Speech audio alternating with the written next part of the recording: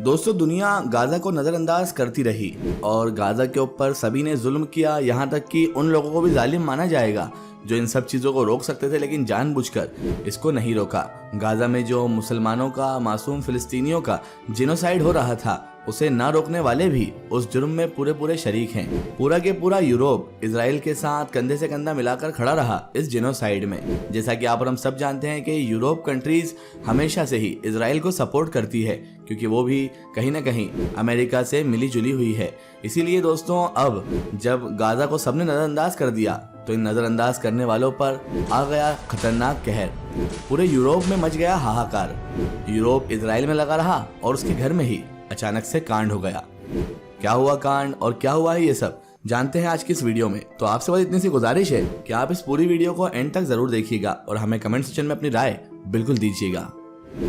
दोस्तों, ये है यूरोप, हमारे एशिया की तरह ही दुनिया का एक कॉन्टिनेंट कि जिसमें बेशुमार देश पाए जाते हैं। मगर पिछले 2-3 दिन से अचानक से हद से ज्यादा चर्चाओं में पूरा ही यूरोप आ चुका है। अब आप सोच रहे हो किस लिए? तो वो इसलिए क्योंकि यूरोप के अंदर इस वक्त कुछ भी ठीक ठाक नहीं चल रहा है। आसान शब्दों में हम ये भी कह सकते हैं कि पूरे यूरोप में हाहाकार मचा हुआ है, या फिर ये कहिए कि यूरोप में पूरा तांडव मचा हुआ है। ये हैरानी की ही बात है कि यूरोप जो एक लंबे वक्त से रशिया और यूक्रेन की जंग में लगा हुआ है और इस वक्त उसको इजराइल और फिलिस्तीन के मैटर में भी दिलचस्पी लेने में काफी मजा आ रहा था, वो यूरोप खुद अपने ही इलाके से बाखबर है। और दोस्तों, यूरोप भी अब खबर ले चुका है कि उसके इलाके में क्या चल रहा है, क्या बड़ा कांड हो रहा है या फिर क्या बड़ा कांड होने जा रहा है। दोस्तों, इस वक्त पूरे ही यूरोप में सड़कों पर सिर्फ और सिर्फ ट्रैक्टर्स ही ट्रैक्टर्स नजर आ रहे हैं।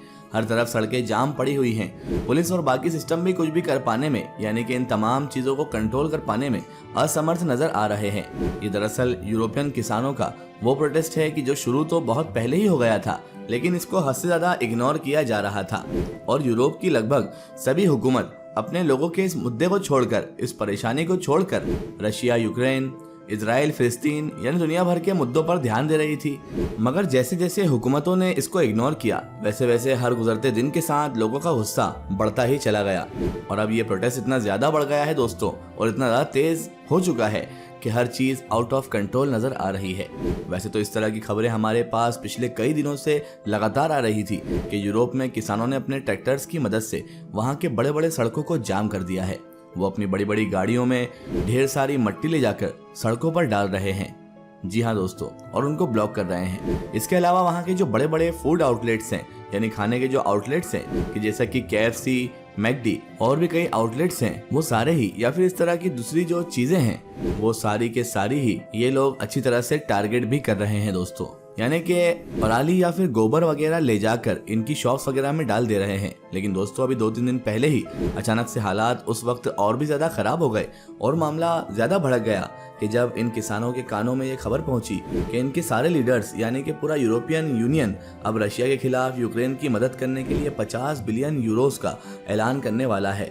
यानी इतनी बड़ी रकम सिर्फ और सिर्फ यूक्रेन को इसलिए देने वाला है ताकि वो रशिया से जंग कर सके। बस फिर क्या था दोस्तों, इन सारे लोगों ने मिलकर बेल्जियम देश में मौजूद यूरोपियन यूनियन के उस पार्लियामेंट को ही घेरना शुरू कर दिया कि जिसके अंदर यूरोप के सारे देशों के रिप्रेजेंटेटिव बैठते हैं या वहां पर उनकी मीटिंग होती है। यानी जिसके अंदर ही यूरोपियन यूनियन से जुड़े हुए सारे फैसले और सारी मीटिंग्स वगैरह की जाती है।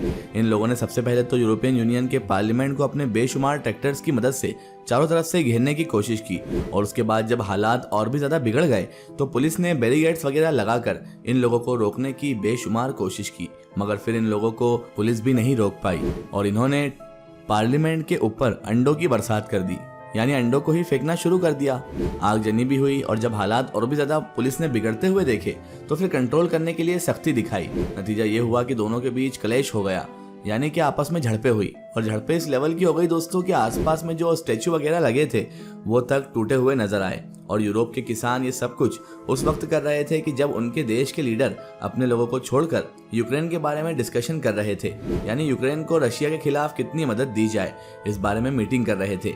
आपको दोस्तों यहाँ पर यह भी बताते चले कि पिछले एक लंबे वक्त से ही यूरोप के लगभग सारे ही मशहूर देशों में, कि जैसे स्पेन, पुर्तगाल, बेल्जियम, जर्मनी, फ्रांस, इटली वगैरह में प्रोटेस्ट चल रहा है। मगर हाँ, इसका मेन असर फ्रांस में दिख रहा है। अब आखिर में आप लोग यही सोच रहे होंगे कि भाई बाकी सब तो ठीक है, लेकिन ये किसान लोग इस लेवल का प्रोटेस्ट कर क्यों रहे हैं, आखिर इन लोगों की परेशानी क्या है। तो दोस्तों, इस पूरे प्रोटेस्ट के पीछे, इस पूरे प्रदर्शन के पीछे कई वजह हैं। मिसाल के तौर पर यूरोप के किसानों को लेकर बनाए गए सख्त कानून, सख्त नियम, इसके अलावा चीप एक्सपोर्ट या फिर चीप सेलिंग प्राइस, और साथ ही साथ सब्सिडीज वगैरह को खत्म करना या फिर उसमें कटौती वगैरह करना। दरअसल दोस्तों, यूरोप का मामला यह है कि फूड क्वालिटी में बिल्कुल भी कॉम्प्रोमाइज नहीं करता है वो, यानी कि उसको अपने किसानों से अच्छा अनाज भी चाहिए, और साथ ही उसने क्लाइमेट से रिलेटेड भी काफी रूल्स बना रखे हैं। यानी किसानों से ये कह रखा है कि तुम जो ये पूरी किसानी करोगे, पूरी खेती वगैरह करोगे, काश्तकारी करोगे, तो इसमें कोई भी ऐसी चीज यूज नहीं करोगे, ये कोई भी ऐसा काम नहीं करोगे जिसकी वजह से हमारा क्लाइमेट इफेक्ट हो। अब दोस्तों, जाहिर सी बात है, जब अच्छा क्वालिटी का फूड चाहिए है तो उसको उगाने में लागत भी ज़्यादा लगेगी और पैसा भी ज़्यादा लगेगा, और ऊपर से जब अपने ये रूल भी बना दिया है कि क्लाइमेट किसी भी हालत में इफेक्ट नहीं होना चाहिए, तो इन तमाम चीज़ों का ख्याल रखने में और भी ज़्यादा खर्चा आएगा और सारी चीज़ों का चार्जेस भी ज़्यादा लगेगा।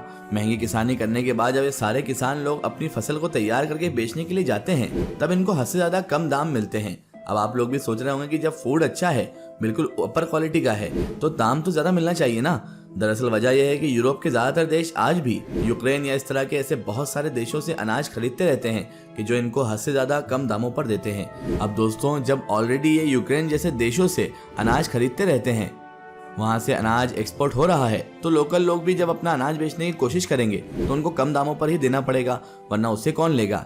यही वजह है कि पिछले कुछ महीनों से इस तरह की खबरें सामने आ रही हैं कि जब यूरोपियन लोग यूक्रेन से आने वाली चीज़ों को ब्लॉक करने की कोशिश करते हैं। इसके ऊपर भी एक परेशानी की बात यह है कि जब वहाँ के किसानों का खर्चा ज़्यादा हो जाता है, यानी उनकी लागत ज़्यादा लग जाती है, तो यूरोप के ज़्यादातर देश अपने किसानों को उनका खर्चा कम करने के लिए और सब कुछ वसूल करने के लिए सब्सिडी वगैरह दे देते हैं। लेकिन आज की डेट में यूरोप के ज़्यादातर देश या तो इसको खत्म करने की कोशिश कर रहे हैं या फिर इस पर कटौती कर रहे हैं, जिसमें जर्मनी और फ्रांस का नाम सबसे टॉप ऑफ द लिस्ट आता है। फिलहाल दुनिया में ज़्यादातर एक्सपर्ट्स का यही मानना है दोस्तों कि ये सब तो अभी शुरुआत है। उसकी वजह यही है कि क्योंकि यूरोपियन यूनियन की तरफ से तसल्ली तो दी जा रही है और कहा जा रहा है कि हम लोग किसानों की मांग पर काम कर रहे हैं, मगर वो लोग कुछ भी नहीं कर रहे हैं, बल्कि इसके उलट इन लोगों की तरफ से अब यूक्रेन की मदद को पास भी कर दिया गया है। यानी ये कंफर्म हो चुका है कि 50 बिलियन यूरो यूक्रेन को दिए जाएंगे, बावजूद इसके कि इनके किसान इस वक्त सबसे ज़्यादा इन्हीं सारी चीज़ों को लेकर गुस्सा हैं कि आखिर हमको छोड़कर बाहर की चीज़ों पर इतना ज़्यादा ध्यान क्यों दिया जा रहा है। आखिर हम भी तो इस देश के नागरिक हैं, हमारे ऊपर क्यों ध्यान ना देकर किसी बाहर वाले मुल्क पर ध्यान दिया जा रहा है। इसी चीज़ को लेकर दोस्तों प्रोटेस्ट चल रहा है, जिसकी वजह से यूरोप में बड़े बड़े कांड हो रहे हैं। यूरोप की सड़कें जाम हो रही है, फूड आउटलेट्स में मिट्टी और गोबर भर दिया जा रहा है। इसके अलावा पार्लियामेंट तक पर अंडे फोड़े जा चुके हैं, आगजनी करी जा चुकी है। लेकिन यूरोप है जो कि अभी भी यूक्रेन और रशिया वॉर में इंटरेस्टेड है और ये रशिया को मात देने की कोशिश कर रहे हैं। हालांकि दोस्तों, रशिया एक ऐसी कंट्री है जो दुनिया की मोस्ट पावरफुल कंट्रीज में से एक है। उसे खत्म करना इतना आसान होता तो ये कब के कर चुके होते। फिलहाल दोस्तों, आपकी इस बारे में क्या राय है हमें कमेंट सेक्शन में जरूर बताएं। आज की इस वीडियो में बस इतना ही। अगर ये वीडियो आपको पसंद आई है, इसे ज़्यादा से ज़्यादा शेयर करें, इसे अपने फ्रेंड सर्कल, अपने रिश्तेदारों तक जरूर पहुंचाएं। इसी तरह की इन्फॉर्मेटिव और हिस्टोरिकल वीडियो के लिए हमारे चैनल को सब्सक्राइब कीजिए और पास में दिए गए घंटी के आइकन को जरूर दबाएं, ताकि आने वाली हर नई वीडियो की नोटिफिकेशन आप सब तक पहुंचती रहे। जय हिंद, वंदे मातरम।